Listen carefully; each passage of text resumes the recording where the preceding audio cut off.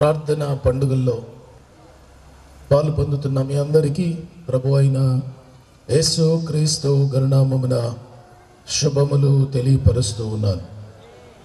నాతో కూడా వేదికను అలంకరించిన పెద్దలందరికీ, దైవజనులకు పేరు పేరున ప్రత్యేకంగా శుభాలు తెలియపరుస్తూ ఉన్నాను.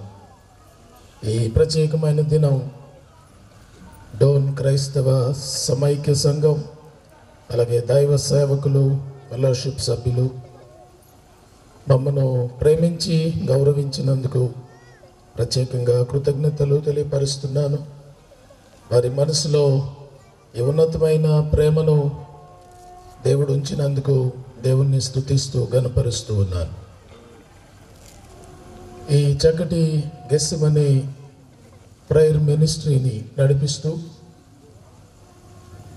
మన డోన్ పట్టణంలో అనేక మంది కుటుంబాలకు దీవెనకరంగా, ఆశీర్వాదకరంగా దేవుని కొరకు వాడబడుతున్న దైవజనుడు శామ్యూయల్కు, తన కుటుంబానికి ప్రత్యేకంగా శుభాలు తెలియపరుస్తూ ఉన్నాను.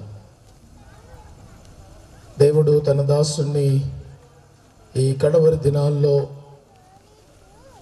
ఎంతోమంది దైవజనులను ఈ పట్టణానికి రప్పించడానికి, వారి ద్వారా ఆధ్యాత్మికమైన సత్యాలు మనందరికీ అందించడానికి వారు పడుతున్న ప్రయత్నం ఎంతో ఉన్నతమైంది. ఒకసారి చప్పట్లు కొట్టి వారిని బట్టి దేవుని ఘనపరుద్దాం. ఎంతోమంది దైవ సేవకులను మీరు ప్రత్యక్షంగా చూసి ఉండకపోవచ్చు, కలిసి ఉండకపోవచ్చు. అయితే దేవుడు వారిని ఒక సాధనంగా వాడుకుంటూ ఉన్నారు. ఈ డోన్ పట్టణానికి ఎంతోమంది గనులైన దైవజనులు రావడం, ఈ సభల్లో పాల్పొందడం, దైవ సందేశాలు ప్రత్యక్షంగా మనం వినడం, ఇదొక మంచి భాగ్యం. సభ ఏర్పాటు చేయాలి అంటే దానికి ఎంతో శ్రమ ఉండాలి, కష్టం ఉండాలి, ప్రార్థన ఉండాలి, ఎన్నో ప్రయాసలు. వాటన్నిటినీ అధిగమిస్తే కానీ ఒక మంచి సభ మనం నిర్వహించలేము. సభలు నిర్వహించే వాళ్ళను తప్పుపట్టడం లేక లోపాలు ఎత్తి చూపడం సులువే, కానీ సభలు ఏర్పాటు చేయడం అనేది ఒక సాహసోపేతమైన నిర్ణయం.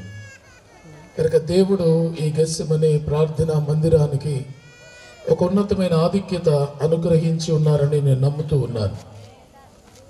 దేవుడు ఆ సంఘంలో ఉన్న బిడ్డలను, ఎంతోమంది దైవజనుని ప్రోత్సహిస్తున్నారు, సహకరిస్తున్నారు. మీ అందరికీ ప్రత్యేకంగా నేను శుభాలు తెలియపరుస్తూ ఉన్నాను. డోన్ పట్టణంలో మీతో కూడా కలిసి ఈ సంవత్సరం ఇలా ఈ ఆనందాన్ని పంచుకోవడం నాకెంతో ఆనందంగా ఉంది. అనేక సందర్భాలలో రాలేకపోతున్నాననే బాధ ఉంది, రావాలనే కోరిక ఉంది, కానీ అనేక ఆటంకాలు, అభ్యంతరాలు ఉంటూ ఉంటాయి. ఏది ఏమైనప్పటికీ గత సంవత్సరం రావాల్సి ఉండింది. గత సంవత్సరం వాచ్ నైట్ సర్వీస్లో నేను సంఘంలో చెప్పాను, ఇది ప్రతిదండన సంవత్సరం అని. 2020 ప్రతిదండన దేవుడు చేయబోతున్నాడు. మన ప్రాంతంలో సుమారు 1,00,000 మంది చనిపోతారు. దేవుడు ఎవరిని విడిచిపెట్టాడు ఈ సంవత్సరం అని పోయిన సంవత్సరం వాచ్ నైట్ సర్వీస్లో సంఘంలో చెప్పినప్పుడు చాలామంది తేలిగ్గా తీసుకున్నారు. అదే విషయాన్ని అనేక చోట్ల సభల్లో మాట్లాడడం జరిగింది.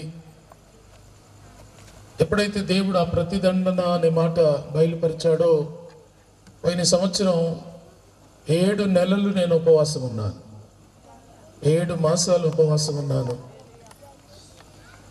2019 డిసెంబర్ 16వ తారీఖు నుండి జూలై 2020 జూలై 16 వరకు ఉపవాసం ఉండాల్సి వచ్చింది. ఆ ఉపవాస దినాల్లో బయటికి రాలేకపోయాను. ఎక్కువగా దేవుని సన్నిధిలో కనిపెడుతూ వచ్చాను. అంచేత పోయిన సంవత్సరం ఈ సభలకు రాలేకపోయాను. అయితే ఈ సంవత్సరం కూడా అంత బాగుంటుందేమో, చాలామంది నేనేం చెప్తాను ఈ సంవత్సరం గురించి అని ఆలోచిస్తూ వచ్చారు. డిసెంబర్ నెలలో క్యాలెండర్ ప్రింట్ చేయబడ్డాయి. ఆ క్యాలెండర్ మీద తేజరిల్లు సంవత్సరం అనే పేరు చూచిన తర్వాత చాలామంది సంతోషించారు. నాతో అన్నారు, అయ్యగారు పోయిన సంవత్సరం ప్రతిదండన అన్నారు, చాలా కష్టాలు పడ్డాం. ఇప్పుడు తేజరిల్లు సంవత్సరం అన్నారు, కాస్త ఊరట కలిగింది, బాగుంటామేమో అని అన్నారు. నేను నవ్వి మంచిదే కదా, బాగుంటాం అని అన్నాను. కానీ మళ్ళీ ఈ సంవత్సరం వాచ్నైట్ సర్వీస్లో సంఘంలో వాక్యం చెప్తున్నప్పుడు ఈ సంవత్సరానికి గాను ఒక ప్రవచనం దేవుడిచ్చాడు. అదేమిటంటే ఇది చీకటి సంవత్సరం, ఇది చీకటి సంవత్సరం. ఈ చీకటి సంవత్సరం ప్రత్యేకంగా సంఘానికి, క్రైస్తవుడికి, దేవుని ఎరిగిన బిడ్డకు ఇది చీకటి సంవత్సరం. ఈ సంవత్సరం క్రైస్తవ సంఘాలలో అలజడి, క్రైస్తవ కుటుంబాలలో అడుచడి, దేవుని నమ్మిన వాళ్ళ జీవితంలో భయంకరమైన దుస్థితి మనం చూడబోతున్నాం. పోయినసారి ప్రతిదండన అనే మాట కానివ్వండి, ఈ సంవత్సరం చీకటి సంవత్సరం అనే మాట కానివ్వండి, దేవుడు నాకు బయలుపరిచింది కాదు, లేక నా దర్శనం కాదు, లేక నాకు దేవుడు బోధించినది కాదు. అది బైబిల్లో ఉన్నదే నేను వెల్లడి చేశాను.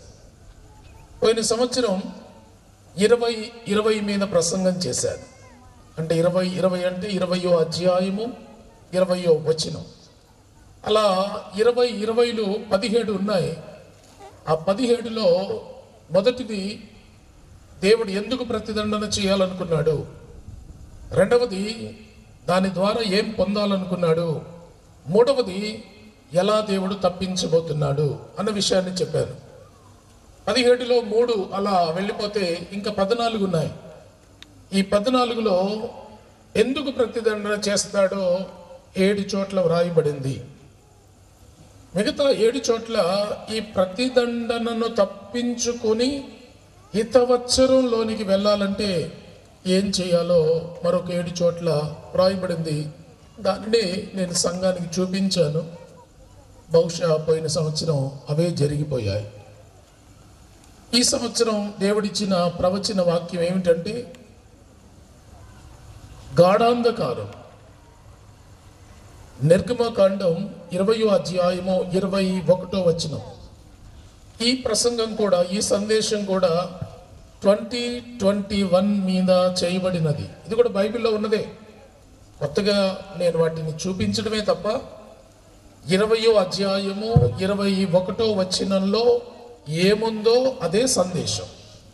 పాస్టర్ గారు, సామ్యుల్ గారు అన్నారు, అయ్యగారు ఈ 2021 ప్రసంగం మా విశ్వాసులకు లేక క్రైస్తవులకు మీరు వినిపించాలి అని వారు కోరుకున్నప్పుడు తప్పకుండా ఆ విషయాన్ని ప్రస్తావిస్తానని చెప్పాను. ఈ రాత్రి ఇది ఎందుకు చీకటి సంవత్సరం, ఈ చీకటి ఎలా మన జీవితంలోకి వస్తుంది, ఎందుకు వస్తుంది అనే విషయాన్ని క్లుప్తంగా నేను మీకు పరిచయం చేస్తాను. రేపటి దినం ఈ చీకటి సంవత్సరాన్ని అధిగమించాలంటే, ఈ చీకటి సంవత్సరాన్ని జయించాలంటే మనం ఏం చేయాలి, ఏం చేస్తే ఈ చీకటి నుండి బయటపడతాం, ఈ గాఢాంధకారాన్ని తప్పించుకుంటామో ప్రభు చిత్తమైతే రేపటి దినం ఆ విషయాన్ని నేను మీ ముందు ఉంచుతాను. బైబిల్లో 2021లో 16 ఉన్నాయి. ఈ 16లో ఒకటి మూలవాక్యం, రెండవది దైవ ఉద్దేశం, ఇక 14 ఉంటాయి. ఈ 14లో చీకటి ఎందుకు, ఆ చీకటి పోవాలంటే ఏం చేయాలి అనేది 7 చోట్ల చీకటికి కారణాలు, 7 చోట్ల చీకటి జయించడానికి కారణాలు బైబిల్లో వ్రాయబడ్డాయి. ఈ 2021లో ఈ 16లో మొదటిది మనం చదివాం, నిర్గమకాండం 20వ అధ్యాయము 21వ వచనం. ప్రజలు దూరముగా నిలిచిరి, మోషే దేవుడున్న ఆ గాఢాంధకారమునకు సమీపింపగా ప్రజలు దూరముగా ఉండిరి, మోషే గాఢాంధకారమునకు సమీపించెను. ఇది ఈ సంవత్సరానికి మూలవాక్యం. ఈ 2021 గాఢాంధకార సంవత్సరం అని చెప్పడానికి ఇది మూలం.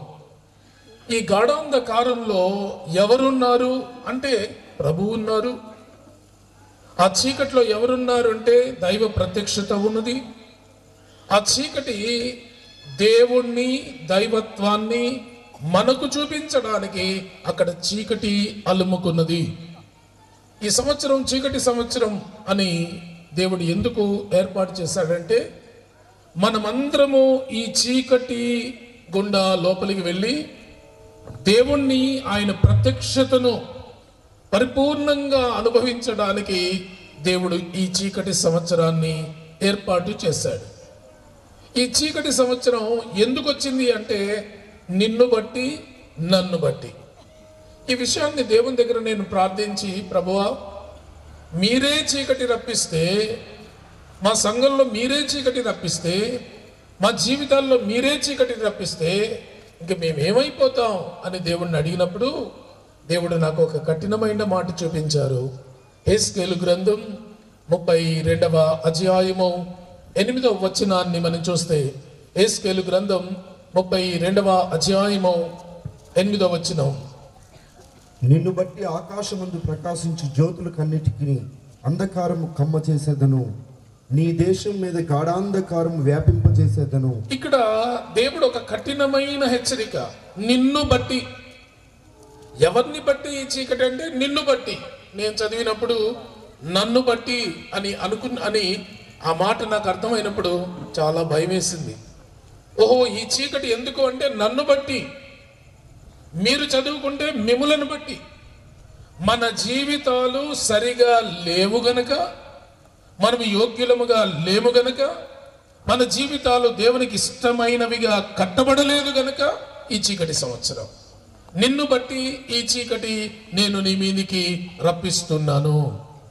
ఈ మాటలన్నీ జెఫన్యా గ్రంథం 1వ అధ్యాయము 15 నుండి 18 వచనాలు, 15, 16, 17, 18 వచనాల్లో ఉన్న ప్రవచనంతో లింక్ చేయబడి ఉంటాయి. ఈ గాఢాంధకార సంవత్సరంలో ఎలాంటి గాఢాంధకారం లేక ఎలాంటి చీకటి మనల్ని ఆవరించబోతుందో ఇది జెఫన్యా భక్తుడు స్పష్టంగా చెప్పాడు.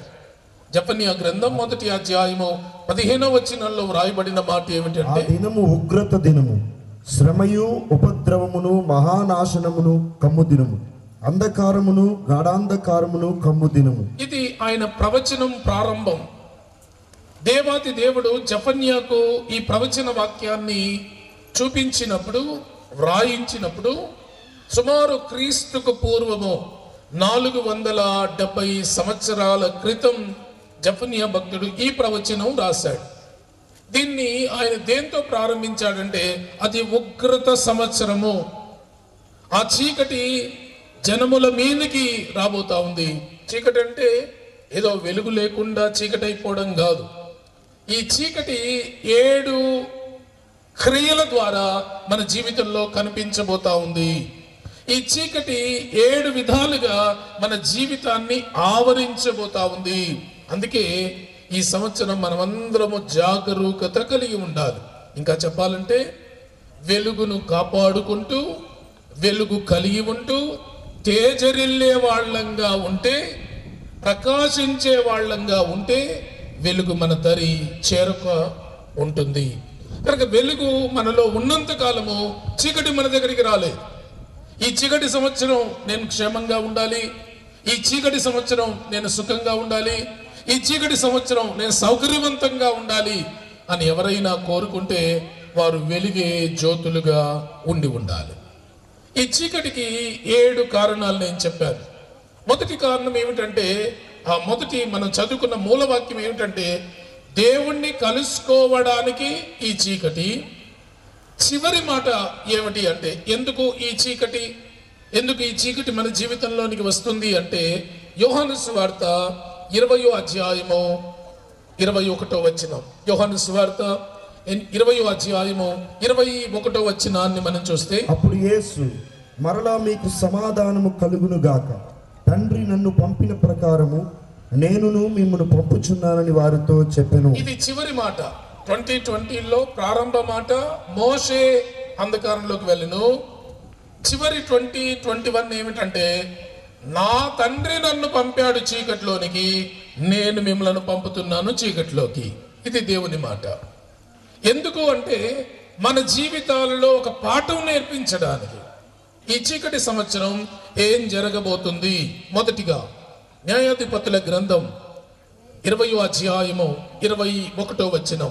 న్యాయాధిపతుల గ్రంథం 20వ అధ్యాయము 21వ వచనం. బెన్యామీనీయులు గిబియాలో నుండి బయటికి వచ్చి ఆ దినమున ఇశ్రాయేలీయులలో 22,000 మందిని నేలగూల్చిరి.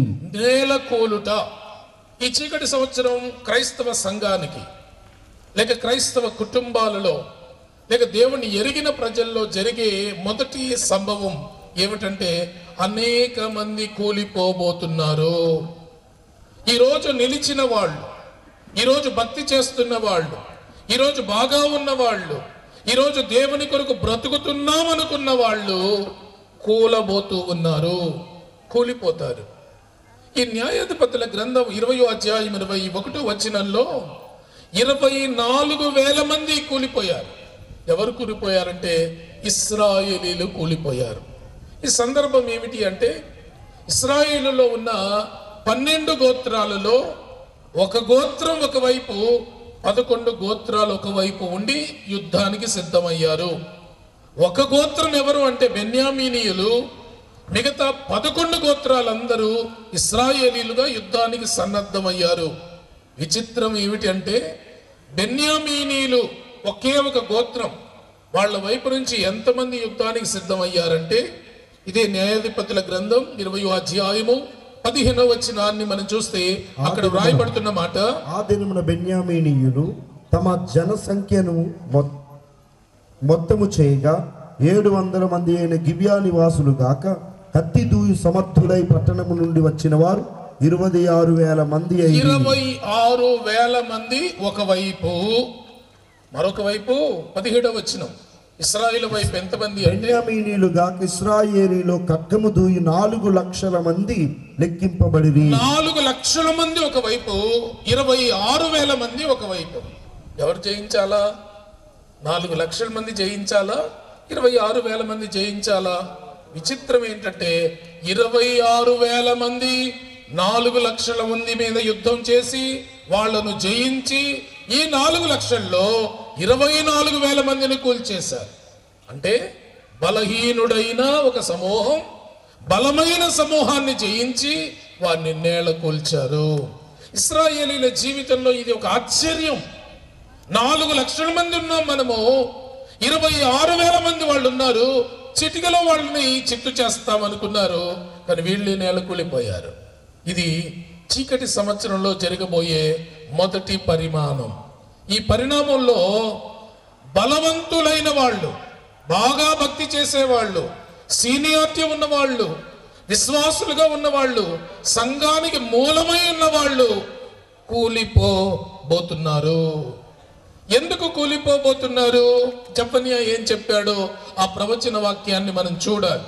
జెఫన్యా గ్రంథం 1వ అధ్యాయము 16వ వచనంలో అక్కడ వ్రాయబడుతున్న మాట ఏమిటంటే, ఆ దినమున ప్రాకారములు గల పట్టణముల దగ్గరను ఎత్తైన గోపురముల దగ్గరను యుద్ధ ఘోషణయు బాకానాదమును వినబడును. యుద్ధం, సంఘాలలో యుద్ధం, కుటుంబాలలో యుద్ధం, ప్రాకారములు కలిగిన పట్టణాలలో యుద్ధం. సురక్షితంగా ఉన్నాము, సంఘంలో ఉన్నాము, మంచి పాస్టర్ గారి చేతిలో ఉన్నాము, మంచి సంఘంలో ఉన్నాము, ప్రార్థనా పరుల గుంపులో ఉన్నాము, మనకి నిశ్చింతగా ఉన్నాము, మనకి ఏ కష్టం లేదు అనుకునే ప్రాకారములు కలిగిన సంఘాల్లో, ప్రాకారములు కలిగిన కుటుంబాలలో ఈ సంవత్సరం యుద్ధ ఘోష వినబడబోతా ఉంది. ఈ సంవత్సరం యుద్ధాలు ఎక్కువగా ఉంటాయి. ప్రపంచంలో యుద్ధాలు ఉంటాయి, సంఘంలో యుద్ధం ఉంటుంది, కుటుంబాలలో యుద్ధాలు ఉంటాయి. ఈ యుద్ధ ఘోష ఎందుకు అంటే, తప్పు నిర్ణయాల వలన ఇశ్రాయేలీలు ఎందుకు ఇక్కడ కూలిపోయారంటే అక్కడ జరిగింది ఏమిటి అంటే, మీరు ఒకవేళ న్యాయాధిపతుల గ్రంథం 19వ అధ్యాయాన్ని మీరు చదవగలిగితే అక్కడ ఒక ఎఫ్రాయిము మన్యములో ఉన్న ఒక యూదుడు బెత్లెహేములో ఉన్న ఒక స్త్రీని వివాహం చేసుకున్నాడు. వివాహం చేసుకుని కాపురం చేస్తున్నప్పుడు ఆ స్త్రీ ఒక తప్పు చేసింది. ఆ తప్పుకు భయపడి తన తండ్రి ఇంటికి పారిపోయింది. పారిపోయిన తర్వాత ఆమెను ఏదో ఒక రకంగా లోపరుచుకొని తెచ్చుకోవడానికి ఇతడు కూడా బెత్లెహేముకు వెళ్ళాడు. ఆమెను లోపరుచుకున్నాడు, నెమ్మదిగా తీసుకుని వచ్చాడు. 5 రోజులు ఆపాడు, 4 రోజులు ఆగాడు, 5వ రోజు ఆగకుండా బయలుదేరాడు. చీకటి సమయంలో బయలుదేరాడు. వెళ్తూ వెళ్తూ ఉన్నప్పుడు అతడు బెన్యామీనీల దేశమైన ఒక స్థలంలోనికి వచ్చాడు. అక్కడ ఒక వ్యక్తి అతన్ని ఇంటికి పిలిచాడు. అయ్యా, వీధిలో ఎందుకున్నావు? బాటసారిగా ఉన్నట్లున్నావు, నా ఇంటికి వచ్చి విశ్రాంతి తీసుకో ఈ రాత్రి అన్నాడు. ఆ గిబియాలోనికి వెళ్ళిన తర్వాత, ఆ ముసలివాడి ఇంటికి వెళ్ళిన తర్వాత ఆ గిబియాలో ఉన్న బిన్యామీనీయులలో అనేక మంది పోకిరి వాళ్ళు వచ్చారు. అనేక మంది అల్లరి వాళ్ళు ఆ ఇంటి మీద దాడి చేశారు. ఆ ముసలాయిని కొట్టారు. అక్కడ నుంచి ఎంతో అడావడి చేశారు. ఆ ముసలాయిని చేసేది ఏమి లేక ఏం చేయలేకపోయినాడు. అప్పుడు ఈ యూదుడైనా లేక ఈ వ్యక్తి ఎఫ్రాయిము మన్యము నుండి వచ్చిన వ్యక్తి తన భార్యను కాపాడుకోలేకపోయాడు. ఆ భార్యను ఆ రాత్రంతా ఆ గిబియను చెరిపేశారు. చెరిపి పాడు చేసి చంపి గుమ్మం దగ్గర పడేశారు. ఉదయం లేచిన వెంటనే ఇతడు బయటికి వెళ్దామని చూస్తే భార్య చనిపోయి ఉంది మెట్ల మీద. ఆ భార్యను గాడిద మీద వేసుకుని తన ఇంటికి వెళ్ళాడు. వెళ్ళి ఆ శవాన్ని 12 ముక్కలుగా తెగ నరికాడు. నరికి ఒక్కొక్క గోత్రానికి ఒక్కొక్క ముక్క పంపి, నేను గిబియాలో ఈ రాత్రి పడుకున్నందుకు నా భార్యను నేను కోల్పోయాను, ఎంతో ప్రేమించిన భార్యను నేను తెచ్చుకుంటుండగా గిబియనులు ఈ భార్యను చంపేశారు, ఎందుకు ఏం చేయమంటారు అని గోత్రాలను అడిగాడు. ఆ 11 గోత్రాల వాళ్ళందరూ ఒక చోటుకు వచ్చి, గిబియన్లు ఇంత పని చేశారా, బెన్యామీనీలు ఇలా చేశారా, వాళ్ళ సంగతి ఏమిటో తేల్చేద్దామని యుద్ధానికి బయలుదేరారు. పెద్దలు అన్నారు, ఇంత చిన్నదానికి యుద్ధం ఎందుకు, మనం కూర్చొని మాట్లాడుకుందాం, గిబియా వాళ్ళని పిలుద్దాం, బెన్యామీను పెద్దలను పిలుద్దాం, సయోధ్య చేసుకుందాం, ఎందుకు ఇలా జరిగిందో ఆ విషయాలు అడుగుతామంటే ఇశ్రాయేలుకి అది నచ్చలేదు. యుద్ధమే సరైందని తప్పు నిర్ణయం తీసుకుని, మాకు బలం ఉందనుకుని 4 లక్షల మంది ఉన్నామనుకుని వాళ్ళంతా ఒకే గోత్రం 26,000 మంది కన్ను మూసి తెరిచే లోపల చంపేస్తాం అనుకుని యుద్ధానికి వెళ్ళారు. యుద్ధానికి వెళ్ళి భంగపడ్డారు. ఎందుకు ఈ యుద్ధ ఘోష అంటే, నీ జీవితంలో నీవు నేను తీసుకునే తప్పు నిర్ణయాలను బట్టి ఈ యుద్ధాలు జరుగుతాయి. ఈ మానిటర్ కొంచెం సరిగా ఉంచాలా, ఇది ఎక్కువైపోయింది చూడండి, ట్రిపుల్ ఎక్కువైందా? దేవునికి మహిమ కలుగును గాక. ఎప్పుడైతే ఇశ్రాయేలీలు దేవుని అనుమతి లేకుండా, దేవుని ఉద్దేశం కాకుండా, దేవుని ఉద్దేశంలో ఈ యుద్ధం ఉందా లేదా అని పరీక్షించకుండా యుద్ధానికి వెళ్ళడం వల్ల నష్టపోయారు. అలా నష్టపోయిన ఆ సందర్భం ఈ 2021లో కనబడింది. ఎవరైతే ఈ సంవత్సరం దేవుని చిత్తానికి వ్యతిరేకంగా, దేవుడు చెప్పకుండా ప్రయత్నాలు చేస్తారో, దేవుని అనుమతి లేకుండా వారి పనులు చేస్తారో, వాళ్ళ జీవితంలో యుద్ధ ఘోష కనబడుతూనే ఉంటది. యుద్ధం ఎందుకు వస్తుంది, ఎవరితో వస్తుంది అంటే, అప్పుడైతే ఇశ్రాయేలీలతో పోరాడింది మరొక ఇశ్రాయేలీయుడు, 11 గోత్రాలతో పోరాటం చేసింది 12వ గోత్రం వాడు. ఇప్పుడైతే నీతో నాతో పోరాడేది ఎవరంటే దేవాతి దేవుడే. ఎవరైతే దేవునికి వ్యతిరేకంగా అడుగులు వేస్తారో, దేవుని చిత్తానికి వ్యతిరేకంగా అడుగులు వేస్తారో, దేవుణ్ణి అనుమతి కోరకుండా అడుగులు వేస్తారో, దేవుణ్ణి అడగకుండా పనులు చేస్తారో, వాళ్లతో దేవాతి దేవుడే యుద్ధం చేయబోతూ ఉన్నాడు. ఎలా యుద్ధం చేస్తాడట? ద్వితీయోపదేశకాండం 32వ అధ్యాయము 23వ వచనాన్ని మనం చూస్తే, ద్వితీయోపదేశకాండము 32వ అధ్యాయము 23వ వచనం. వారికి ఆపదలను విస్తరింపచేసేదను, వారి మీద నా బాణములన్నిటినీ వేసేదను. వారి మీద నా బాణములన్నింటినీ, దేవుడే బాణాలు వేస్తాడట, దేవుడే యుద్ధం చేస్తాడట, దేవుడే మన మీద బాణం ఎక్కువ పెడతాడట. ఈ అద్భుతం ఏంటంటే, బాణం నీ దగ్గరికి వచ్చిందంటే చస్తావు, బాణం నీ దగ్గరికి రాకపోతే బ్రతుకుతావు. దీన్ని ఇంకొక 2021లో దేవుడు ఒక అద్భుతంగా ఆ వివరణ మనకు ఇస్తూ వచ్చాడు. దావీదును కాపాడడానికి యోనాతాను ప్రయత్నం చేస్తూ, యోనాతాను ఏం చెప్పారు అంటే, మొదటి సమూయేలు గ్రంథం 20వ అధ్యాయము 21వ వచనం.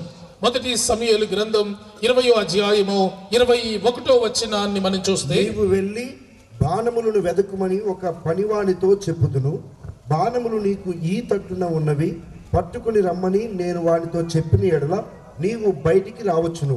యెహోవా జీవము తోడు, నీకు ఏ అపాయమును రాక క్షేమమే కలుగును.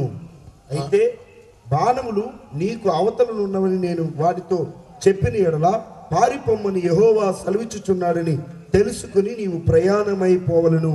యోనాతాను తన స్నేహితుడైన దావీదుకు చెప్పిన సందర్భం ఏమిటంటే, బాణం నీ వరకు రాకపోతే నువ్వు సేఫ్, బాగుంటావు. బాణమే గనక నిన్ను దాటడం ప్రారంభిస్తే నువ్వు చస్తావు. కాబట్టి దేవుడు నీకు వ్యతిరేకంగా ఉన్నాడని నువ్వు తెలుసుకోమని హెచ్చరిక చేస్తూ వచ్చాడు.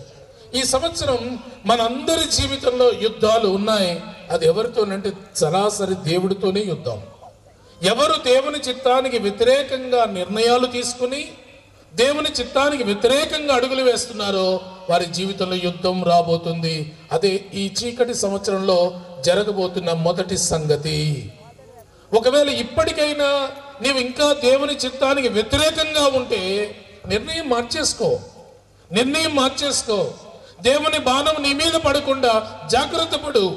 దేవుడు నీకు యుద్ధం చేయకుండా నీవు సవరించబడితే ఈ సంవత్సరం దీవెనకరంగా సురక్షితంగా బయటపడగలము. ఒకవేళ అలా కాదని నన్ను ఎవరు అడుగుతారు, నా ఇష్టం, నాకు ఇష్టమైనట్లే నేను నడుస్తానంటే ఈ సంవత్సరం నీ గడవకపోవచ్చు. మధ్యలోనే దేవుని బాణానికి నువ్వు బలి అయిపోవచ్చును. ఇక రెండవదిగా సమయం లేదు కనుక నేను కేవలం మొదటి మాట రెండవ మాట చెప్తూ ఈ 2021లోనే మీకు చూపిస్తాను. ప్రభు చిత్తమైతే ఒకవేళ దీన్ని వివరంగా తెలుసుకోవడానికి మరొక అవకాశం దేవుడిస్తే అప్పుడు చూద్దాం. రెండవది ఏమిటంటే, ఈ చీకటి సంవత్సరంలో జరగబోయే రెండవ పరిణామం ఏమిటి అంటే, లేవియా కాండం 20వ అధ్యాయము 21వ వచనం. లేవియా కాండం 20వ అధ్యాయము 21వ వచనంలో మన జీవితంలో జరగబోతున్న రెండవ పరిణామం. ఒకడు తన సహోదరుని భార్యను చేర్చుకుని ఎడల అది హేయము. వాడు తన సహోదరుని మానఛాదనము తీసెను, వారు సంతానహీనులైయుందురు. సంతానహీనత ఈ చీకటి సంవత్సరం సంఘంలో లేక విశ్వాసుల జీవితంలో జరగబోయే రెండవ క్రియ ఏమిటంటే సంతానహీనత. ఈ సంతానహీనత రెండు రకాలు. ఒకటి, ఉన్న కుమారుడు కుమార్తె చచ్చిపోవచ్చు. రెండవది, కొత్తగా పిల్లలు కలగకపోవచ్చు. ఈ సంవత్సరంలో సంతానహీనులంగా మనం ఉంటాం. ఎందుకు సంతానహీనత దేవుడు కలిగించబోతూ ఉన్నాడో జెఫన్యా భక్తుడు రాశాడు. జెఫన్యా గ్రంథం 1వ అధ్యాయము 16వ వచనాన్ని మనం చూస్తే, ఆ దినమున ఎందుకు ఈ పరిణామం లేక ఈ సంతానహీనత వస్తుంది అంటే, ఆ దినమున ప్రాకారములు గల పట్టణముల దగ్గరను ఎత్తైన గోపురముల దగ్గరను 17 జనులు యెహోవా దృష్టికి పాపము చేసిరి గనుక నేను వారి మీదికి ఉపద్రవము రప్పించబోతున్నాను. ఎందుకు అంటే పాపమునకు ప్రతిఫలము. సంతానహీనులు ఎందుకు అవుతారు అంటే పాపానికి ప్రతిఫలం. చాలాసార్లు మన జీవితంలో మన పిల్లల విషయంలో చూచి చూడనట్లుగా ఉన్నాం, కానీ ఈ సంవత్సరం దేవుడు చూచి చూడనట్లుగా ఉండడు.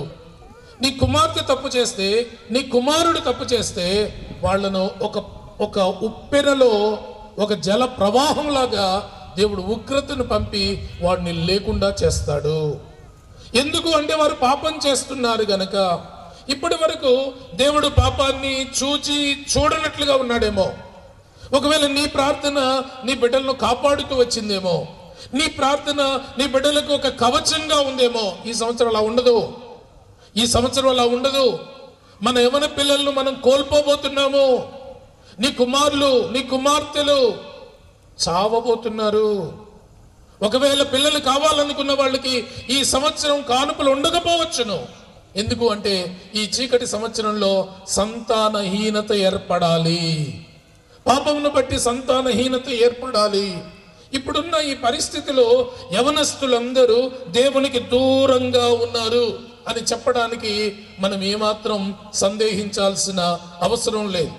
బైబిల్లో ఒకానొక దినం దేవుడు ఇశ్రాయేలీలకు ఒక సూచన చెప్పాడు. ఏమిటి ఆ సూచన అంటే ఇర్మియా గ్రంథం 49వ అధ్యాయము 32వ వచనం.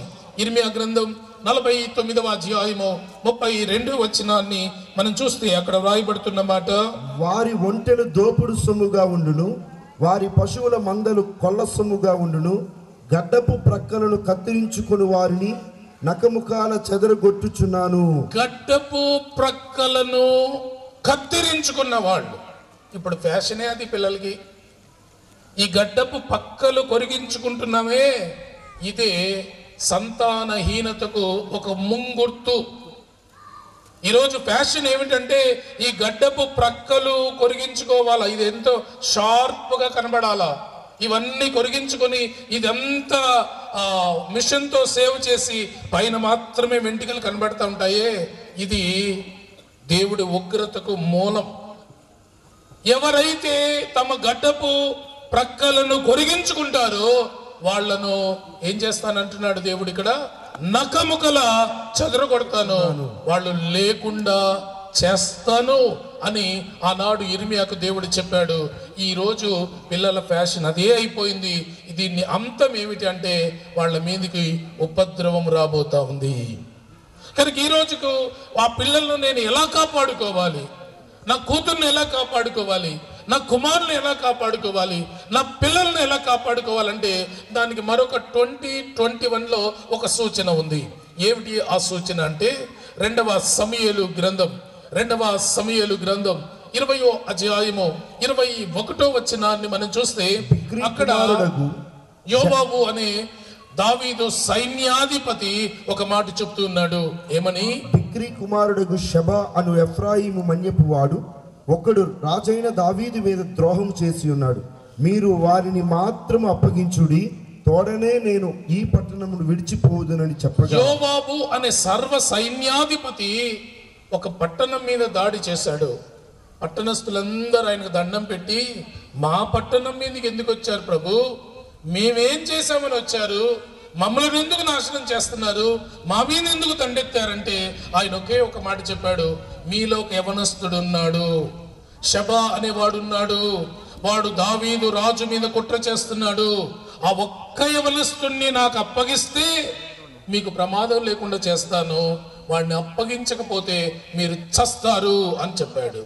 ఈరోజు సంతానహీనత రాకుండా ఈ చీకటి సంవత్సరంలో ఏ తల్లి అయినా ఏ తండ్రి అయినా మీ పిల్లలను కాపాడుకోవాలంటే ఒకే ఒక దారి, మీ పిల్లలను దేవుడి సైన్యానికి అప్పగించడమే, మీ పిల్లలను దేవుని సేవకు అప్పగించడమే, మీ పిల్లలను దేవుని పరిచర్యకు అప్పగించడమే. అప్పగిస్తే మీరు బ్రతుకుతారు, లేక ఉప్పెన మీ కుటుంబం మీదకి వస్తుంది, సంతానహీనత ఏర్పడుతుంది. ఇది చీకటి సంవత్సరంలో జరగబోయే 2వ సంగతి. ఈ చీకటి సంవత్సరంలో అనేకుల మీదకి ఉపద్రవం రాబోతా ఉంది. పాపమును బట్టి ఆ ఉపద్రవం మన పిల్లలను మట్టు పెట్టబోతా ఉంది, సంతానహీనత కలిగించబోతా ఉంది. మీ పిల్లలు బాగుపడాలి అంటే, బ్రతికి బట్టి కట్టాలంటే, ఈ ఉపద్రవంలో వారు చావకూడదంటే ఆ పిల్లల్ని దేవుడికి అప్పగించడం నేర్చుకుందాం. ఈ మానిటర్ రావట్లేదు బాబు. మన పిల్లల్ని ఎప్పుడైతే మనం దేవుని చేతిలో పెట్టడం ప్రారంభిస్తామో మన జీవితంలో వచ్చే ఉపద్రవాన్ని మనం తప్పించుకోగలుగుతాము.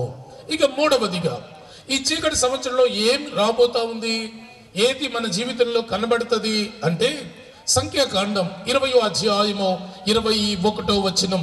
సంఖ్యాకాండం 20వ అధ్యాయము 21వ వచనం. ఎదోము ఇశ్రాయేలు తన పొలిమేరల్లో బడి దాటిపోవుటకు సెలవీయలేదు గనుక ఇశ్రాయేలు అతని యొద్ద నుండి తొలగిపోయిరి. ఎదోము అంటే ఏశావు సంతతి. ఎదోము వారు ఇశ్రాయేలీలను వారి ప్రయాణంలో ఎదోము గుండా వెళ్ళడానికి అనుమతి ఇవ్వలేదు గనక వారు అతనిని విడిచిపెట్టిరి. అతడు ఎవరంటే మోషే నాయకత్వంలో వారు వెళ్తూ ఉన్నారు. ఆ మోషే ఎదోము వాళ్లతో సంధి చేసుకోలేకపోయాడు. ఎదోము వాళ్లతో మాట్లాడి వెళ్ళడానికి దారి సిద్ధపరచలేకపోయాడు. కాబట్టి ఇశ్రాయేల్లో చాలా మందికి అనిపించిందట, ఈయనేం నాయకుడండి, ఈయనని ఎందుకండి మనం వెంబడించడం, ఈ మోషే ఎందుకు పనికి మాలినవాడు, మోషే అక్కర్లేదు, మనం వేరైపోదామని మోషేను విడిచిపెట్టి వెళ్ళిపోయారు. ఇది ఈ సంవత్సరం అనేక సంఘాలలో జరగబోతుంది. సంఘ నాయకుడిని విడిచిపెడతారు, పాస్టర్ గారిని విడిచిపెడతారు, ఆత్మీయ సంఘాన్ని విడిచిపెడతారు. కారణం ఏమిటంటే ఆ కాపరి ఏదో చేయలేదని, ఆ సంఘం ఏదో కార్యం చేయలేదని, మీకు అనుకూలంగా ఆ సంఘం నిర్ణయం తీసుకోలేదని చాలా మంది సంఘాన్ని విడిచి వేరైపోయే పరిస్థితి ఈ చీకటి సంవత్సరంలో ఎదురు కాబోతా ఉంది. కారణం జెఫన్యా రాశాడు.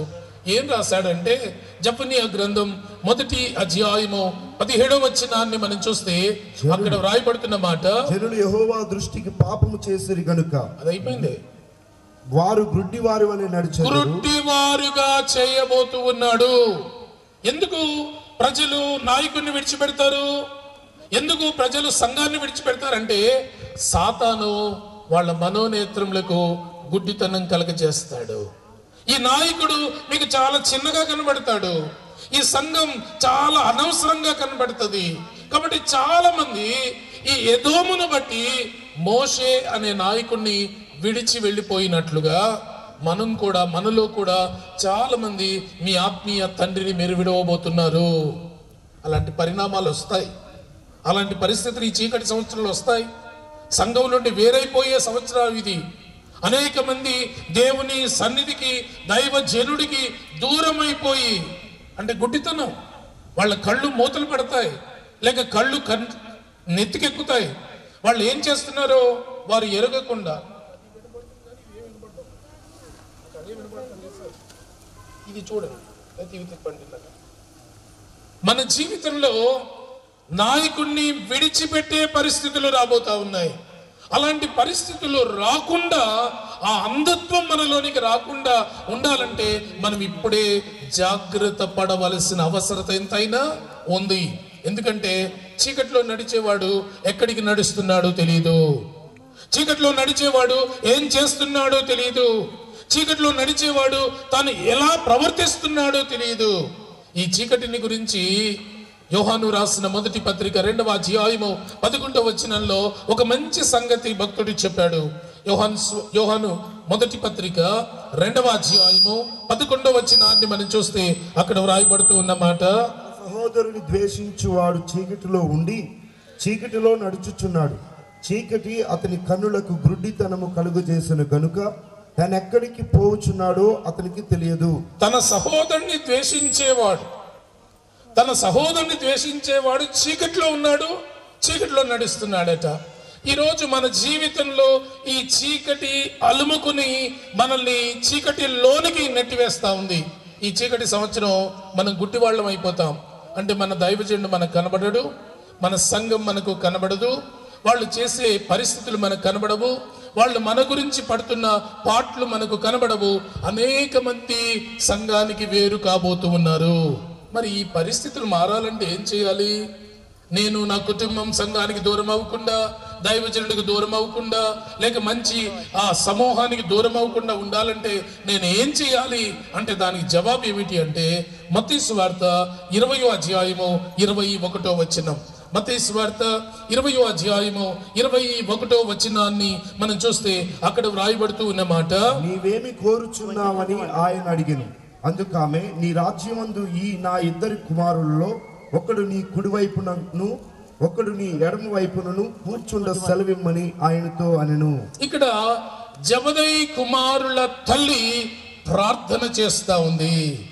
ఏమని ప్రార్థన చేస్తుందంటే, తండ్రి నా కుమారులు నీ కుడి వైపున ఎడమ వైపున ఉండాలా, నిన్ను విడిచిపెట్టి వెళ్లకుండా వాడిని ఉంచేలాగా ఉండనివ్వడానికి ఒక అధికారం, ఒక అవకాశం నాకు నా పిల్లలకి ఇవ్వండి అని తల్లి ప్రార్థించింది. ఈరోజు మన ప్రార్థనా జీవితమే, మన ప్రార్థనా బ్రతుకే, మన ప్రార్థనలే మన ఆత్మీయ నాయకుడి వెంట మనల్ని నిలవబెడతాయి. మన ప్రార్థనా జీవితమే సంఘంలో మనల్ని స్థిరపరుస్తుంది. ప్రార్థన లేని వాళ్ళు నాయకుడిని విడిచిపెడతారు. కనుక ఈ పరిస్థితులు ఈ చీకటి సంవత్సరంలో రాబోతున్న మూడవ పరిస్థితి లేక మూడవ సంభవం. ఇక నాలుగవదిగా ఏం రాబోతుంది ఈ చీకటి సంవత్సరంలో అని కనుక మనం ఆలోచిస్తే, యోబు గ్రంథం 20వ అధ్యాయము 21వ వచనం. యోబు గ్రంథం 20వ అధ్యాయము 21వ వచనం మనం చూస్తే, వారు మృంగివేయనిది ఒకటియూ లేదు కనుక వారి క్షేమ స్థితి నిలువదు. ఇక్కడ క్షేమం ఉండదు. ఈ సంవత్సరం ఎవరికి క్షేమం ఉండదు. ఈ సంవత్సరం అనేక మంది సురక్షితంగా ఉండరు. ఎందుకుండరు అంటే, మింగివేయంది ఏమీ లేదు గనక. ఏమేం మింగారో అవన్నీ కక్కే సంవత్సరం ఇది. దశంభాగాలు ఇవ్వకుండా మింగిన వాళ్ళు ఈ సంవత్సరం కక్కాల్సిందే. దేవునికి మొక్కుకుని చెల్లించని వాళ్ళు, మింగేసిన వాళ్ళు ఈ సంవత్సరం కక్కాల్సిందే. ప్రథమ ఫలం దేవుడికి ఇవ్వకుండా, లేక దేవుడికి ఇవ్వాల్సిన భాగం దేవుడికి ఇవ్వకుండా, దేవుడికి ఇవ్వాల్సిన సమయం దేవుడికి ఇవ్వకుండా ఎవరైతే తిన్నారో వాళ్ళు కక్కే సంవత్సరం ఇది. ఎలా కక్కిస్తాడట? జఫన్యా చెప్పిన మాట చూద్దామా? జఫన్యా గ్రంథం 1వ అధ్యాయము 17వ వచనం. జఫన్యా గ్రంథం 1వ అధ్యాయము 17వ వచనం. వారి రక్తము దుమ్ము వలె కారును, రక్తం దుమ్ములా కారును, వారి మాంసము పెంట వలె పారవేయబడును, వారి మాంసం పెంట వలె పారవేయును. నేను వాచ్ నైట్ సర్వీస్ లో సంఘానికి ఏం చెప్పానంటే, ఈ సంవత్సరం ప్రమాదాలు ఎక్కువగా ఉంటాయి, యాక్సిడెంట్లు ఎక్కువగా అవుతాయి, చాలా మంది రక్తసిక్తులు అయిపోతారు అని చెప్పానో లేదో, జనవరి మాసంలోనే సుమారు మా సంఘంలో 10 యాక్సిడెంట్లు జరిగాయి. ఇక రోజు అదే యాక్సిడెంట్ల గురించే వింటూ ఉన్నాను. ఎవరెవరు యాక్సిడెంట్లో పడుతున్నారంటే, దశమ భాగం ఇవ్వని వాళ్ళు, దేవునికి మొక్కుబడి చేసుకొని చెల్లించని వాళ్ళు, దేవుని సొమ్ము తిన్న వాళ్ళు, దేవుని సమయాన్ని మింగిన వాళ్ళు, దేవుని దగ్గర యథార్థంగా లేని వాళ్ళు, నమ్మకంగా లేని వాళ్ళు ఈ సంవత్సరం ప్రమాదంలో పడతారు. నీ రక్తం కారే రోజు ఈ సంవత్సరం ఒక రోజు ఉంది. ఇది యాక్సిడెంట్ సంవత్సరం. ఈ సంవత్సరం అంత ప్రమాదకరమైన సంవత్సరం. క్షేమం ఉండదు. నువ్వు ఎంత సురక్షితంగా వెళ్ళినా నీవు ప్రమాదంలో పడతావు. ఈ ప్రమాదం మన జీవితంలోనికి రాకుండా ఉండాలంటే మనం ఏం చెయ్యాలి అంటే, లూకాసు వార్త 20వ అధ్యాయము 21వ వచనం. లూకాసు వార్త 20వ అధ్యాయము 21వ వచనం. ఏం చేయాలంటే, బోధకుడా నీవు న్యాయంగా మాట్లాడుచును బోధించుచును ఉన్నావు, నీవెవని అందును మోమాటము లేక సత్యముగానే దేవుని మార్గమును బోధించుచున్నావని ఎరుగుదుము. శాస్త్రులు పరిసయ్యులు యేసయ్యను తప్పు పట్టాలని కొంతమంది జ్ఞానులను పంపారు. వాళ్ళు వచ్చి యేసయ్యతో నడిచారు, యేసయ్యతో కూర్చున్నారు, యేసయ్యతో మాట్లాడారు, యేసయ్య చేస్తున్నవన్నీ చూచారు. అప్పుడు వాళ్ళు ఒక స్టేట్మెంట్ ఇచ్చారు, మీలో న్యాయం ఉంది, మీలో మొహమాటం ఏమీ లేదు, మీరేమి ఒక పని చేయాలనుకుంటే మీరేమి మొహమాట పడరు, మీరు న్యాయంగానే పనులు చేస్తారని మాకు అర్థమైంది అన్నారు. ఈ సంవత్సరం మనం తెలుసుకోవాల్సింది ఏంటంటే, నేను కానుకలు ఇవ్వకపోయినా పర్వాలేదు, దశమ భాగం ఇవ్వకపోయినా పర్వాలేదు, స్వేచ్ఛార్పణలు ఇవ్వకపోయినా పర్వాలేదు, ప్రథమ ఫలం ఇవ్వకపోయినా పర్వాలేదు అనుకునే వాళ్ళందరూ తెలుసుకోవాల్సింది ఏమిటంటే, ఆయనకు మొహమాటం ఏమీ లేదు, ఆయన న్యాయమైన కొలత కొలుస్తాడు, ఇచ్చేవాడు క్షేమంగా ఉంటాడు, ఇవ్వని వాడు ప్రమాదంలో పడి రక్తసిక్తుడై ఎముకలు విరిగి హాస్పిటల్లో పడి కోట్లు లేక లక్షలు ఖర్చు పెట్టుకుంటాడు. ఇది తెలుసుకోవాలి. ఈ సంవత్సరం చీకటి సంవత్సరం ఏమిటంటే, మనకు క్షేమం లేని సంవత్సరం. మన జీవితంలో మనము క్షేమంగా ఉండాలనుకున్నా ఉండలేం. ఏదో ఒక రకంగా ప్రమాదం నీ దరి చేరుతుంది. కాబట్టి జాగ్రత్త పడి ఇప్పుడే లెక్కలు సరి చేసుకోండి దేవుని దగ్గర. ఏ సంవత్సరం లేక ఏ నెల లేక ఎంత దేవుడికి చెల్లించలేకపోయావో చెల్లిస్తే ప్రమాదం తప్పుతుంది. చెల్లించకపోతే ఈ డిసెంబర్ మాసంలో ఏదో ఒక రోజు నీవు హాస్పిటల్ ఐసీయూలో ఉండవక్క తప్పదు. ఇది ఈ సంవత్సరం జరగబోతున్న పరిణామం. 4వ పరిణామం, ప్రతి క్రైస్తవ కుటుంబాన్ని దేవుడు ఈ సంవత్సరం లెక్క తూచబోతూ ఉన్నాడు. మొహమాటం లేకుండా ఆయన లెక్కించబోతూ ఉన్నాడు. ఈ లెక్కలో ఎవరు తేడా వస్తారో వాళ్ళకి ప్రమాదం ఉంది అనే విషయాన్ని దేవుడు బయలుపరుస్తూ ఉన్నాడు. ఇక 5వదిగా మనకు ఈ చీకటి సంవత్సరంలో జరిగే 5వ పరిణామం ఏమిటి అంటే సామెతల గ్రంథం 20వ అధ్యాయము 21వ వచనం. సామెతల గ్రంథం 20వ అధ్యాయము 21వ వచనాన్ని మనం చూస్తే అక్కడ వ్రాయబడుతున్న మాట, మొదట బహు త్వరితముగా దొరికిన స్వాస్థ్యము తుదకు దీవెన నొందకపోవును. ఈ సంవత్సరం ఏది దీవెన అనుకున్నామో అది దీవెన కాదు. ఏది దీవెన అనుకున్నామో అది దీవెన కాదు. ఎందుకు అంటే మనం మొదట ఇది దీవెన అనుకున్నాం, అది ఈ సంవత్సరం దీవెనగా ఉండదు. ఏది దీవెన? జెఫన్యా ఏం రాశాడో చూద్దాం. జెఫన్యా గ్రంథం 1వ అధ్యాయము 18వ వచనం. యెహోవా ఉగ్రత దినమున తమ వెండి బంగారములు వారిని తప్పింపలేకపోవును. వెండి బంగారము ఆస్తిపాస్తులు దీవెనకరముగా ఉండవు. ఇంతకు మునుపు మనం ఏమనుకున్నామంటే డబ్బు సంపాదిస్తే బాగా బ్రతుకుతాం అనుకున్నాం. వెండి ఉంటే బంగారం ఉంటే బాగుంటది అని మనం అనుకున్నాం. కానీ ఈ సంవత్సరం దాచుకున్నది ఏది ఉపయోగపడదు. ఇది దీవెన కలిగే సంవత్సరం కాదు. దీవెనలు దేవుని సన్నిధానంలోనే మనం పొందుకోకుంటాం తప్ప మనం దాచుకున్న ధనం కానివ్వండి, వెండి కానివ్వండి, బంగారం కానివ్వండి, మనకి ఏది కలిసి వచ్చేలా ఉండదు. నీ డబ్బు నీకు పనికిరాదు ఈ సంవత్సరం. నీ బంగారం నీకు పనికిరాదు ఈ సంవత్సరం. నీ వెండి పనికిరాదు ఈ సంవత్సరం. ఎందుకంటే నీవు ఏవి దీవెనకరం అనుకున్నావో అవి దీవెనకరంగా ఉండవు. అవన్నీ పనికిరాని వస్తువులుగా మార్చబడతాయి. మరి ఇప్పుడు ఏం చేయాలి? మనం ఏం చేస్తే మనకు ఉపయోగపడతాయి మన దీవెనలు అంటే అపోస్తుల కార్యములు 20వ అధ్యాయము 21వ వచనం. అపోస్తుల కార్యములు 20వ అధ్యాయము 21వ వచనాన్ని మనం చూస్తే అక్కడ పౌలును గురించిన ఒక ప్రస్తావన ఉంది. పౌలు ఏమంటాడంటే, మరియు ప్రయోజనకరమైనది ఏదియు దాచుకొనక బహిరంగముగాను ఇంటింటను మీకు తెలియజేయుచు బోధించుచు దేవుని ఎదుట మారు మనస్సు పొంది మన ప్రభు అయిన యేసు క్రీస్తునందు విశ్వాసముంచవలనని యూదులకును గ్రీసు దేశస్థులకును ఏలాగు సాక్ష్యం ఇచ్చుచుంటినో ఉపయోగకరమైనది ఏది దాచుకొనక.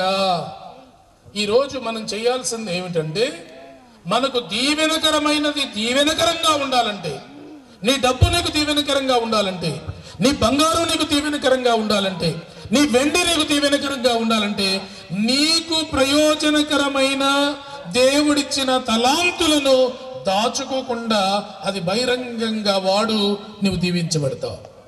చాలా మందికి దేవుడు ఎన్నో తలాంతులు ఇచ్చాడు. మనకందరికి దేవుడు ఒక ప్రాధాన్యతని ఇచ్చాడు.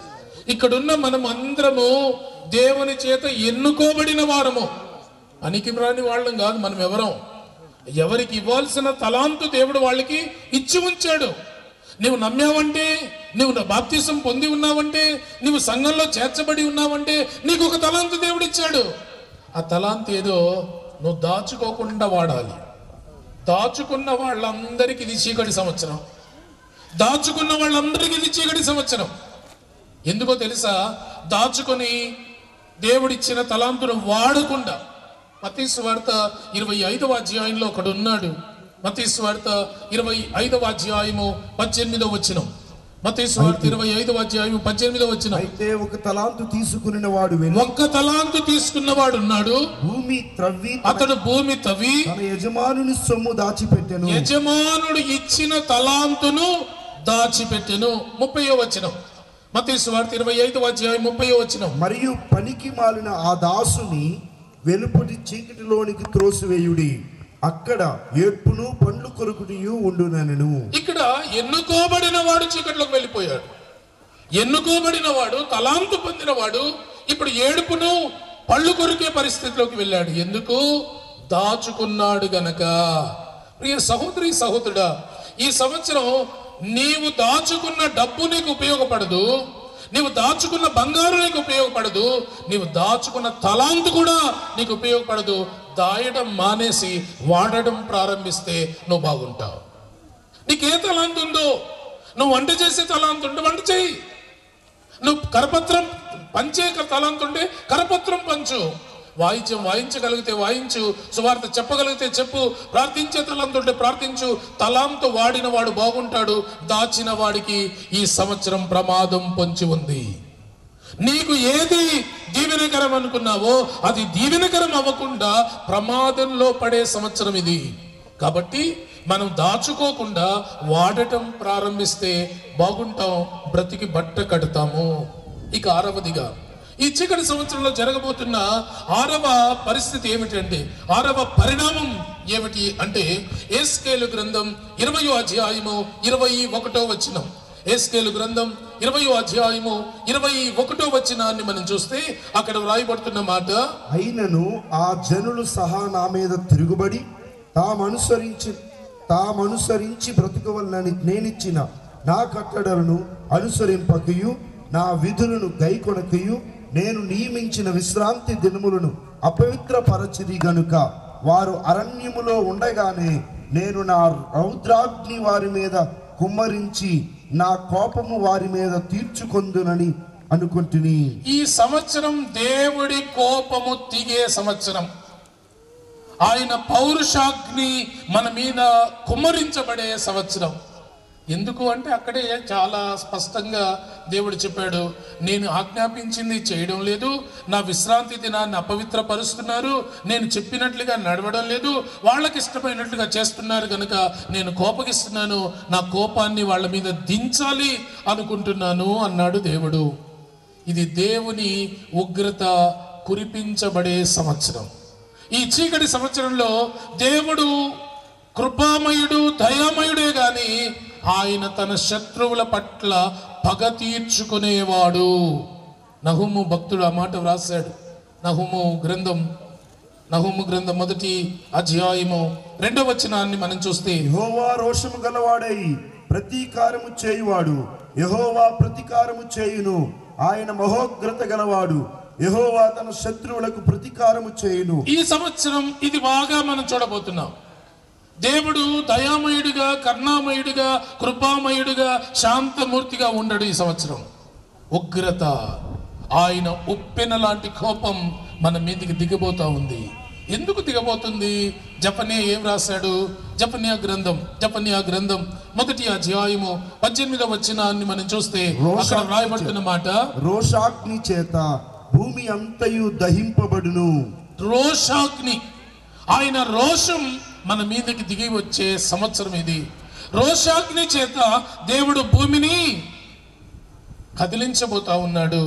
ఆయన అగ్ని మన మీదకి దిగి రావడానికి కారణం ఏంటంటే, మనం చేస్తున్న వ్యతిరేకమైన పనులు, దేవునికి ఇష్టం లేని పనులు, దేవుని చేయాలని చెప్పినది చేయకుండా మేరడం.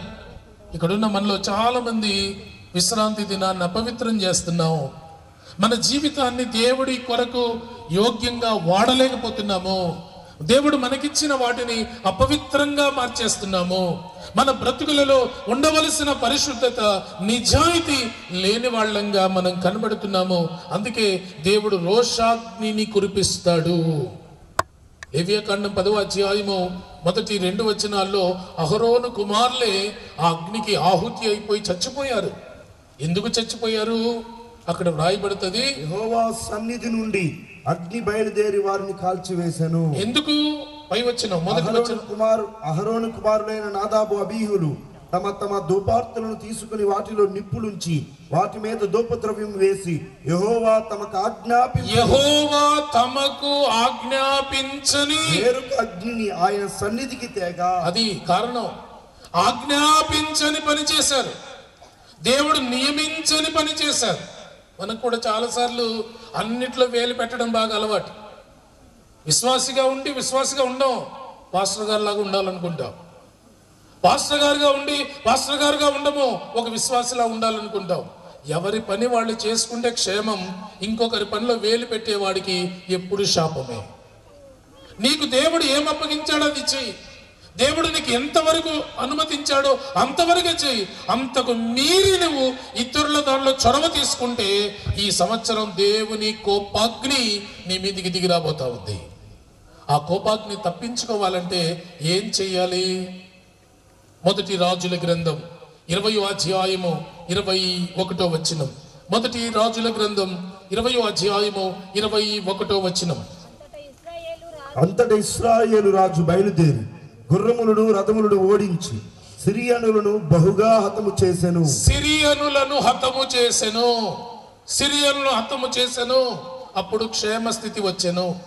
ఈ సిరియనులు అంటే ఎవరు అంటే దేవునికి ఆయాసకరమైన పనులు, మనలో దేవునికి ఆయాసకరమైన కార్యాలు చంపుకుంటే మనం బ్రతుకుతాం.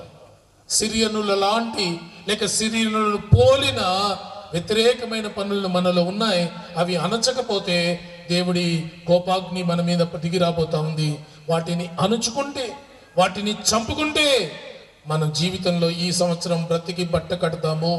లేకపోతే ఆయన కోపానికి, ఆయన రౌద్రానికి కాలి మాడిపోతాము. ఇక 7వదిగా ఈ సంవత్సరం జరగబోతున్న 7వ పరిణామం ఏమిటి అంటే 2వ రాజుల గ్రంథం 20వ అధ్యాయము 21వ వచనం. 2వ రాజుల గ్రంథం 20వ అధ్యాయము 21వ వచనం. హిజ్కియా తన పితరులతో కూడా నిద్రించగా అతని కుమారుడైన మనష్షే అతనికి మారుగా రాజాయెను. ఇది పూర్తిగా భిన్నమైన పరిస్థితి.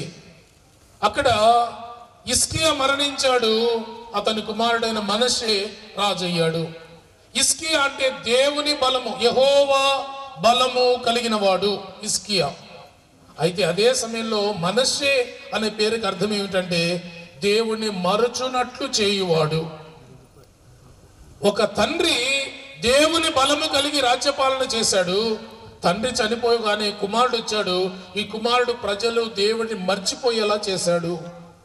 21వ అధ్యాయము మనం చదివితే ఆ మొదటి పారాగ్రాఫ్లోనే ఉంటది అతని దుష్టత్వం, అతడు చేసిన చెడ్డ పనులు, అతడు దేవుని పట్ల, దేవుని సన్నిధి పట్ల వ్యవహరించిన వ్యవహార శైలి.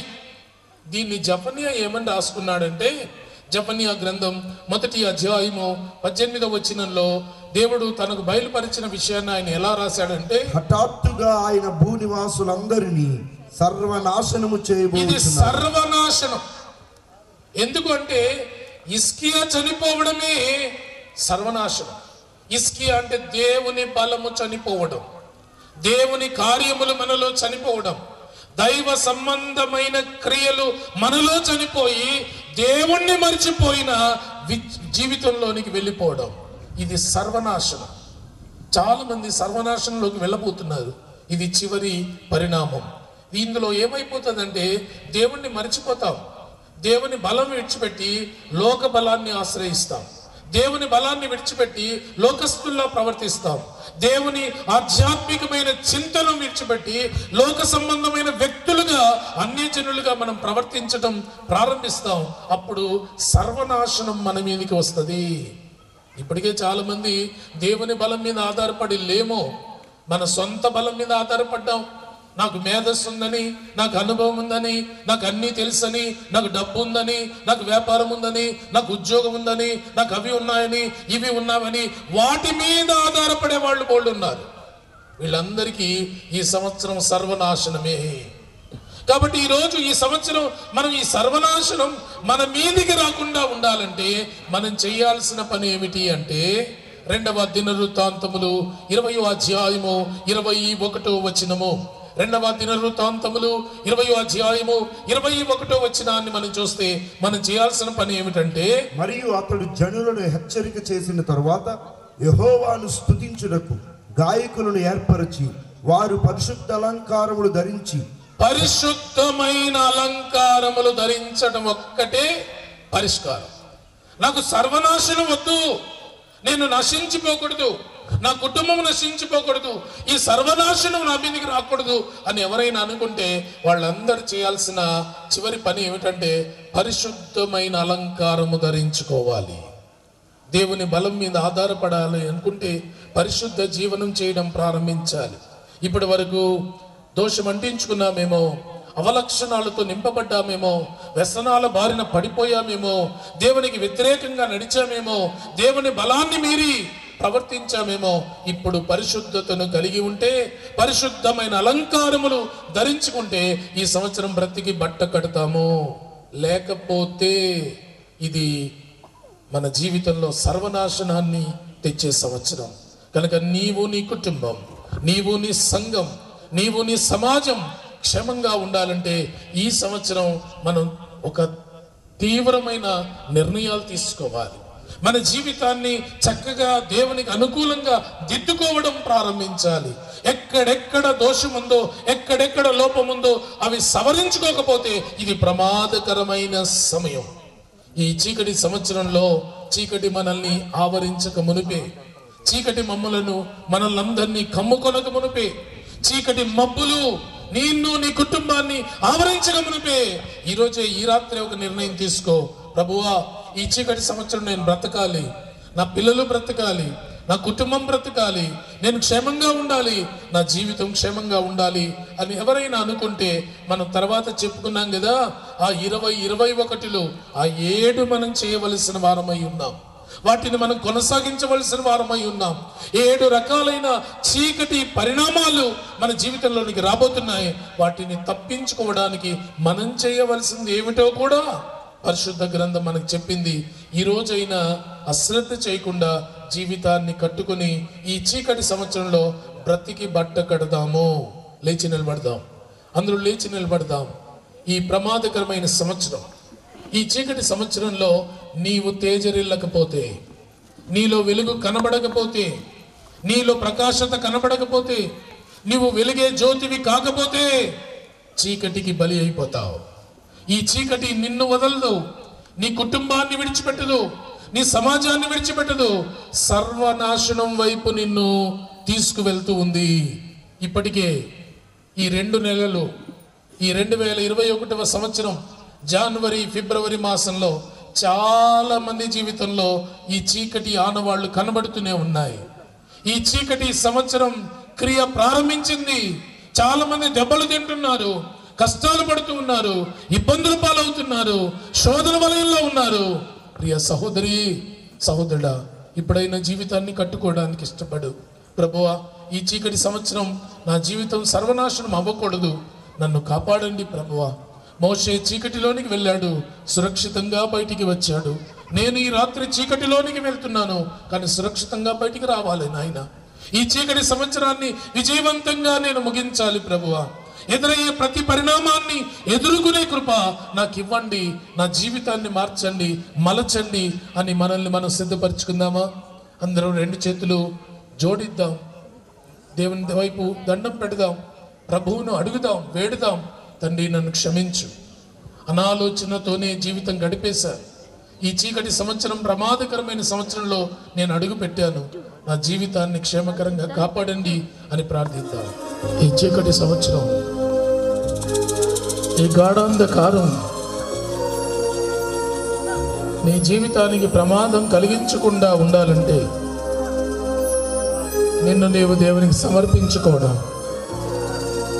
నీ జీవితాన్ని గురించి ఆలోచించటం, ప్రభు చిత్తానికి నిన్ను నీవు, నీ కుటుంబాన్ని, నీ పిల్లలను సమర్పించుకోవడం నీకు శ్రేయస్కరం.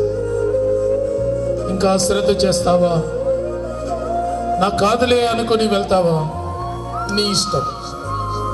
ప్రమాదం పొంచి ఉంది, జాగ్రత్త.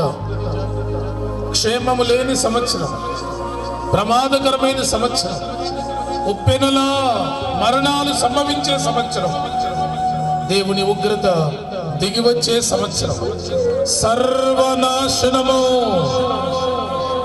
కమ్ముకునే సంవత్సరం. ప్రియ సహోదరి సహోదరుడా, సవరించుకో జీవితాన్ని, నేను నీవు సరి చేసుకో. ప్రభువా, ఈ చీకటి సంవత్సరంలో నేను బ్రతకాలి, జయించాలి, నీ కొరకు నిలవాలి.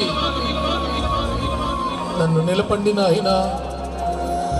ఇక నుండి క్రమముగా నడుస్తానయ్యా, యథార్థంగా నడుస్తాను ప్రభువా, నమ్మకంగా నడుస్తానయ్యా. ఏవేవి మింగేశానో, మీకు ఇవ్వకుండా ఏవేవి తినేశానో అవి నీకు చెల్లిస్తానయ్యా. నా మొక్కుబళ్ళు మీకు చెల్లిస్తాను ప్రభువా. నా బిడ్డలను మీకు అర్పిస్తాను తండ్రి. నా జీవితాన్ని మార్చండి నాయన. ఈ చీకటి సంవత్సరంలో తేజరిల్లు జ్యోతిగా నన్ను మార్చండి ప్రభువా అని కోరుకునేవాళ్ళు, అని ఆశించేవాళ్ళు, వెలుగుమయమైన జీవితం కలిగి ఉండాలని ఇష్టపడేవాళ్ళు మీ కుడి హస్తాన్ని తలకు పైకెత్తి చూపిస్తారా? నేను మీ కొరకు ప్రార్థిస్తాను. ప్రమాదం పొంచి ఉంది. ఈ 2021వ సంవత్సరంలో ఏం జరగబోతుందో పరిశుద్ధ లేఖనాలు మనకు వివరిస్తున్నాయి. సహోదరి, అశ్రద్ధ చేయొద్దు. సహోదరుడా, అశ్రద్ధ చేయొద్దు. దేవుడు నిన్ను ప్రేమిస్తున్నాడు గనక, నీవు ఆయన చిత్తంలో ఉన్నావు గనక, ఆయన కృప నీ పట్ల విడుదల చేయబడింది గనుక ఈ రాత్రి ఈ మాటలు నీవు వినగలిగావు. ఈ మాటలు నీవు వినగలిగావు. సహోదరుడా, నీ తీర్మానం దేవుడు స్థిరపరచునుగాక. అమ్మా సహోదరి, నీ తీర్మానం దేవుడు స్థిరపరచునుగాక. ఇంకెవరైనా ఉన్నారా? ప్రభువా, ఈ చీకటి సంవత్సరం, ఈ ప్రమాదం నా దరి చేరకుండా నన్ను కాపాడండి. తేజరిల్లు వ్యక్తిగా నన్ను చేయండి నాయన. ఈ ప్రమాదంలో నేను చెతికిల పడకుండా, మసిబారిపోకుండా నన్ను భద్రపరచండి నాయన అని కోరుకునే వాళ్ళు ఎవరైనా ఉన్నారా? మా దేవుడు నిన్ను దీవించునుగాక. యవనస్తుడా, దేవుడు నీ చేయి పట్టుకొని నీ తీర్మానం స్థిరపరిచి నడిపించునుగాక. సహోదరి, యవనస్తురాలా, దేవుడు నిన్ను దీవించునుగాక. తండ్రి, మీకు స్తోత్రం. బిడ్డలు ఎంతో ఆసక్తితో మీ వాక్యాన్ని స్పందిస్తూ ఈ చీకటి సంవత్సరంలో జరగబోతున్న తీవ్రమైన పరిణామాలు తప్పించుకోవాలని, యేసయ్యా మమ్మలను కరుణించమని మీ వైపు చేతులు చాపి ఉన్నారయ్యా. వారి చేతులను పట్టుకొనండి తండ్రి, వారి చేతులను పట్టుకొనండి నాయన. వారి తీర్మానములను స్థిరపరచండి తండ్రి. వారి పక్షాన మీరుండండి. ఏవైతే వారు నిర్ణయించుకున్నారో, ఏ ఒప్పందం అయితే ఈ రాత్రి మీతో వారు చేస్తూ ఉన్నారో ఆ ఒప్పందాన్ని స్థిరపరచి వారిని, వారి కుటుంబాన్ని దీవించి ఆశీర్వాదకరంగా నడిపించండి. ఈ ప్రమాదకరమైన ఈ అంధకార సంవత్సరం వారిని సజీవులనుగా బ్రతికించండి. సురక్షితంగా కాపాడండి. ప్రమాదముల నుండి తప్పించండి. ఉగ్రత నుండి తప్పించండి. ఈ కోపాకుల నుండి మీరు తప్పించండి. వారి జీవితాలను దీవెనకరం చేయండి. వారి పక్షాన మీరు యుద్ధం చేయండి. వారి పక్షాన మీరు నిలవండి. మీ కృప వారిని ఆవరించి వారి జీవితాలను క్షేమకరంగా నడిపించున్నట్లుగా సహాయం చేయమని మీ హస్తాలకు బిడ్డలను అప్పగిస్తూ, ఈ రాత్రి మీరు మాకిచ్చిన ఈ మంచి వాతావరణం, ఈ మంచి వసతులను బట్టి మిమ్మల్ని స్తుతిస్తూ, వచ్చిన బిడ్డలందరినీ దీవెనతో పంపండి ప్రభా. ఏ ఒక్కరు రిక్తులుగా వెళ్ళకూడదు నాయన, ఏ ఒక్కరు ఖాళీగా వెళ్ళకూడదు నాయన. ఈ సభ ద్వారా వారి జీవితాలు మెరుగైన ఆశీర్వాదకరమైన క్రియలు వారు అనుభవించినట్లుగా వారి జీవితాలను దీవెనకరం చేయండి నాయన, ఆశీర్వాదకరం చేయండి నాయన. బలహీనులు ఎవరైనా ఉంటే వారిని ఇప్పుడే ఈ క్షణమే యేసు నామమున నేను స్వస్థతను ప్రకటిస్తున్నాను. ప్రతి చీకటి వీడి పోవునుగా, ప్రతి బలహీనత వీడి పోవునుగా. నీ ప్రభావము, నీ ప్రసన్నత, నీ తేజస్సు నీ బిడ్డలను తాకునుగాక తండ్రి. వారి జీవితంలో ఒక నవీనమైన కార్యం ఈ రాత్రి మంచి దేవుడా, ప్రేమ కలిగిన దేవుడా, కృపామయుడా, నీ బిడ్డల సమస్యలన్నిటినీ, చిక్కు సమస్యలన్నిటినీ, గడ్డు సమస్యలన్నిటినీ యేసు నామమున విడిపోవునుగాక. ఈ రాత్రి గొప్ప విడుదల ఇవ్వండి. ఈ రాత్రి గొప్ప విడుదల ప్రకటిస్తున్నారయ్యా. మీరే కార్యము చేయండి, మీరే కార్యము చేయండి. వారి ఆర్థిక పరిస్థితిని మెరుగుపరచండి తండ్రి, వారి ఆరోగ్య పరిస్థితిని మెరుగుపరచండి, వారి కుటుంబంలో ఉన్న అశాంతిని తొలగించండి. సమాధానము సమాధానము వారి జీవితాల్లో స్థిరపరచండి నాయన. వారి పిల్లలను స్థిరపరచండి. లోబడని పిల్లలు విధేయులుగా మార్చండి. తిరుగుబాటుదారులైన పిల్లలను ప్రభా యోగ్యులుగా మార్చండి తండ్రి. తల్లిదండ్రులకు అవిధేయులుగా ఉన్న పిల్లలను సాధువులుగా మార్చండి. మీ కృప కుటుంబాలలో సమృద్ధిగా కుమరించండి. ఏ భర్త తిరిగిపోతూ ఉన్నారో, ఏ భర్త భార్య సమాధానంగా ఉండలేకపోతూ ఉన్నారో, ఎవరి జీవితంలో ఎడబాటు ఉన్నదో యేసు నామమున వారి మధ్యలో ఉన్న ఎడబాటును లయపరిచి వేస్తున్నాము. సమాధానాన్ని ఇవ్వండి, కుదురైన స్థితిని అనుగ్రహించండి, వాళ్ళు నవలక్షణాలను తీసివేయండి. నూతనమైన మీ కృప, నూతనమైన మీ ప్రత్యక్షత, నూతనమైన మీ అభిషేకము బిడ్డలపై విడుదల చేస్తున్నారు. వారి తలాంతులు రెట్టింపవునుగాక, వారి తలాంతులు వెలుగులోనికి వచ్చునుగాక, వారి తలాంతులు వాడబడునుగాక. ఈ కొరకు బలమైన సాధనాలుగా ఈ యవన కాలంలో ఈ బిడ్డలు వాడబడునుగాక. అంటే మీకు స్తోత్రం. వృద్ధాప్యములో ఉన్న ప్రతి తండ్రిని, ప్రతి తల్లిని మీరు ధైర్యపరచండి తండ్రి. వారిని ఓదార్చండి నాయన. వారికి మంచి ఆరోగ్యం ఇవ్వండి నాయన. వారిని ప్రేమించే బిడ్డలను వారికి ఇచ్చినందుకు స్తోత్రాలు. మీ కృప మా అందరికి తోడుగా ఉంచుమని, మీ సన్నిధి కాంతిలో మమ్మలను తేలియాడ చేయమని యేసు నామమున స్తుతించి ప్రార్థించి పొంది ఉన్నాము తండ్రి. మన ప్రభు అయిన యేసు క్రీస్తు కృప, తండ్రి అయిన దేవుని ప్రేమ, పరిశుద్ధాత్మ అన్యోన్య సహవాసం, సమాధానం, క్షేమం, దీవెన, ఆశీర్వాదం, ఆరోగ్యం కొడి ఉన్న మనకందరికీ, సభలను ఏర్పాటు చేసిన సహోదరుడికి, తన కుటుంబానికి ఇప్పుడు ఎల్లప్పుడూ సదాకాలము తోడై ఉండును గాక. యేసు రక్తం జై, ప్రభేసు రక్తం జై. యేసు నామమున సంపూర్ణ విజయం కలుగును గాక.